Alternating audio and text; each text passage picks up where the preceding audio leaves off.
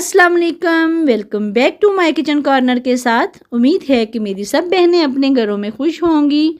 अल्लाह ताला सबको अपनी अमान में रखे, बुरी आफात से बचाए, आमीन सुम्मा आमीन। जी तो जनाब, आज माशाल्लाह ज़बरदस्त किस्म की रसमलाई बन गई है मेरे किचन कॉर्नर में, जिसकी रेसिपी बहुत ही छोटी सी है, बहुत ही आसान है। वैसे तो रसमलाई कितनी तरीक़ों से बनती है, पनीर से बनती है, खुश्क दूध से बनती है, बाज़ार की जो रसमलाई बनी बनाई मिलती है उससे बनती है। और मेरी कोशिश हमेशा ये होती है, बल्कि आजकल तो मेरी कोशिश ज़्यादातर यही होती है, जैसे कि हवस का मौसम चल रहा है, शदीद गर्मी का मौसम चल रहा है, तो किचन में जो ना कम से कम जो टाइम है ना स्पेंड किया जाए, और कम से कम वक्त में जो हम लजीज और शानदार चीज़ कौन सी बना सकते हैं, उसमें से सबसे पहले मेरे माइंड में जो आता है ना वो रसमलाई है। एक तो ये शौक से खाई भी जाती है, हर बंदा शौक से खाता है। इसको ठंडी यख करके खाया जाए तो इसका मज़ा जो है ना वो दुगना हो जाता है।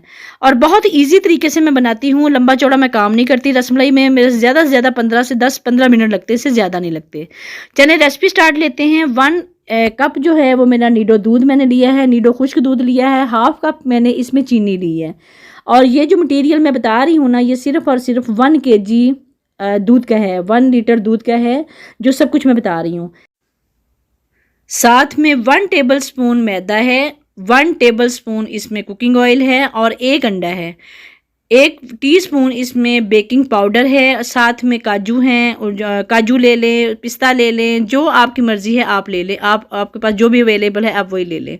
साथ में गुलाब की पत्तियां हैं, ये मैं बाद में बताती हूँ ये मैं क्यों ऐड करती हूँ, और ये मैंने खुद ही बनाई हुई हैं, खुद ही सुखाई हुई हैं। ठीक है, ये सब चीज़ें आपको नज़र आ रही होंगी। दोबारा यहाँ से बता देती हूँ कि 1 टेबल स्पून इसमें मैदा है, 1 अंडा है, और 1 टेबल स्पून इसमें कुकिंग ऑयल है, और 1 टीस्पून इसमें बेकिंग सोडा है, बेकिंग पाउडर है, बेकिंग सोडा नहीं है। बाकी जो है ना खुश्क मेवा जो भी मर्ज़ी आप ऐड करना चाहते हैं, जो आपके घर में अवेलेबल है वो ऐड कर लें।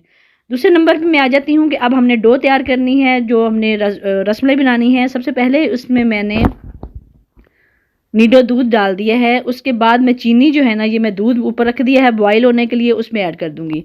उसमें आपकी अपनी मर्ज़ी है, अगर आपके बच्चे आपके घर वाले खा लेते हैं इलायची का टेस्ट आपको पसंद करते हैं तो आप इलायची उसमें ऐड कर दें। अगर वो इलायची का टेस्ट पसंद नहीं करते तो आप बेशक इलायची ऐड ना करें दूध में।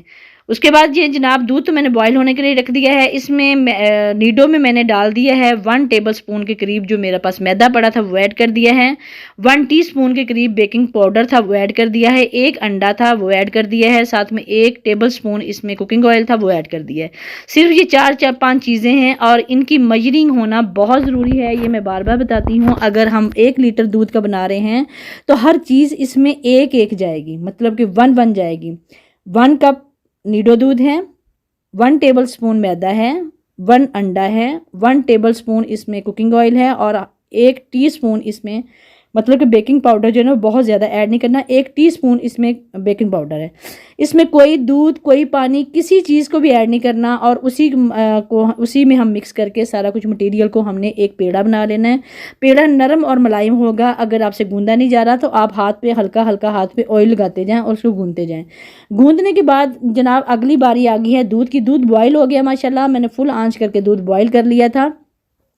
और अब हल्की आंच कर देनी, आंच बंद नहीं करनी, हल्की आंच कर देनी है। इसकी छोटी छोटी हमने बनाई जानी है, गोलियां बनानी है। गोलियां आपका दिल कर रहा है तो आप चौरस गोलियां बना लें, दिल करे तो लंबी गोलियां बना लें, दिल करे तो आप राउंड सर्कल में बॉल बना लें। ये आपकी अपनी मर्जी है। और मैं बॉल बना के थोड़ा सा उसको चपटा करती जा रही हूँ। मुझे इस शेप की रसमलाई ज़्यादा अच्छी लगती है। ये आप देख सकते हैं स्क्रीन पे गोल गोलियाँ बनाई हैं, और उनको हल्का सा हाथ से पंच करके चपटा कर लेना है। और ये मैं यहाँ पर बात बताती चलूँ कि जब दूध फुल बॉयल हो जाएगा उसकी आंच हमने हल्की कर देनी है, आंच बंद नहीं करनी, और आंच फुल चलती भी नहीं रहने देनी। जब सारी गोलियां सारी रसमलाइयाँ हम इसमें ऐड कर लेंगे, फिर हमने चूल्हे को बंद कर देना है, दम दे देना है। उसके बाद जो है ना वो अपनी हीट में, गर्म दूध की हीट में वो पकता रहेगा, और माशाल्लाह वो ज़बरदस्त किस्म की जो हमारी रसमलाई है ना वो फूल जाएगी। फौरी आपने उंडेलना नहीं है दूसरे मतलब के बाउल में। इनको 5 से 10 मिनट के लिए चूल्हे पे पड़ा रहने देना है। आप देख सकते हैं मैंने आंच इतनी कर दी थी बनाने के बाद। मैंने जब बना रही थी तब मैंने आंच इतनी थी, उसके बाद मैंने एकदम फुल आंच की है। दूध को बॉयल आ गया, मैंने बंद कर दिया है। एक और आपने चीज़ याद रखनी है कि अब बार बार आपने रसमलाई बनाते दरमियान में या बाद में चम्मच नहीं फेरना, ठीक है। चम्मच से टूट जाएंगी। एक दफ़ा वो स्टेबल हो जाए उसके बाद आप चम्मच फेरते हैं, जो मर्ज़ी हो जाए। अच्छा जी, 5-10 मिनट पड़े रहने के बाद अब आ गया जिसकी बाउल की बारी के। बाउल में हमने इसको डालना कैसे है, एक जैसा मर्जी आप बाउल ले लें, गहरा ले लें, चौरस ले लें, प्लेट ले लें, प्याला ले लें, जो ये आपकी मर्ज़ी है, जैसा मर्जी बाउल ले लें। उसमें आपको सबसे पहले तो हमने जो रसमलाई थी उसके जो गोल गप्पे बनाए थे उनको ऐड करना है। पहले दूध नहीं ऐड करना, पहले हमने वो ऐड करना है। उसके बाद हमने देखना है कि दूध कितना इसमें जाएगा।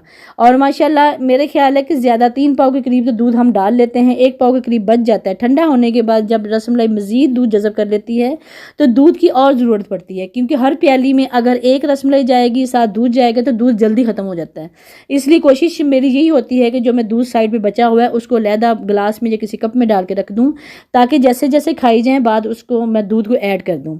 बस इतनी सी छोटी सी रेसिपी थी और माशाल्लाह ज़बरदस्त किस्म की रसमलाई तैयार हो गई है। ये बहुत लजीज और बहुत शानदार किस्म की जो है ना इसका होता है टेस्ट होता है।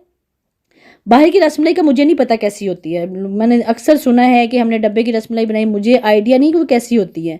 मैं हमेशा रसमलाई ऐसे ही बनाती हूँ और बहुत शानदार बनती है। बस इतनी सी वीडियो थी। अगर मेरी वीडियो आपको अच्छी लगी है तो आप ट्राई भी ज़रूर कीजिएगा, और जब ट्राई करें तो मुझे दुआ में ज़रूर याद रखिएगा। अच्छा, गुलाब की पत्तियों की मैं बात कर रही हूँ। गुलाब की पत्तियाँ मैंने ऐसे ही सुखा के रखी हुई हैं। जब भी मैं कोई मीठा बनाती हूँ जिसमें मुझे अच्छा लगता है गुलाब के अर्क की जो गुलाब की पत्तियों खुशबू आए, तो मैं थोड़ी देर के लिए ऊपर सजा देती हूँ। उसके बाद जब ये ठंडा हो जाएगा उसके बाद मैं गुलाब की खुशबू अंदर चली जाएगी, इसको मैं उतार दूँ। ये खाना ज़रूरी नहीं होती। अगर किसी को खाना अच्छा लगता है तो वो खा भी सकता है, कोई हर्ज नहीं होता। ये धो के अगर आपने पत्तियां सुखाई हुई तो कोई हर्ज भी नहीं होता। बस आज की इतनी सी वीडियो थी, आप ट्राई ज़रूर कीजिएगा। बहुत सिंपल तरीका है। बस अल्लाह हाफिज़, दुआ में याद रखिएगा।